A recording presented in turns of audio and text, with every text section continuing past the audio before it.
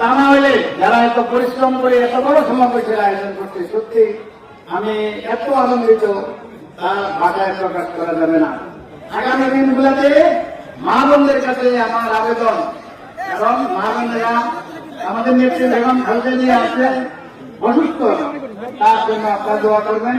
তার দোয়ার বরকতে এবং শহীদ জিয়ার আদর্শে এবং তারেক রহমানের সাংগঠনিক দক্ষতায় আজ এই দল সুন্দরভাবে পরিচালিত হচ্ছে। সুতরাং আমাদের নেত্রী অসুস্থ, তার জন্য আজকে প্রত্যেক মসজিদে আমাদের দোয়া হয়েছে, গত 2 দিন 3 দিন থেকে দোয়া হচ্ছে বলে আমি শেষ করে দিব, কারণ তা না হলে আমরা যে দোয়ার অনুষ্ঠান সেটা করতে পারবো না। হয়তো এখানে অনেকেই বক্তৃতা দেওয়া আছিল, আসলে বক্তৃতা 1 মিনিট হলে 1 মিনিট হয়নি। সেই শহীদ জিয়া থেকে আরম্ভ করে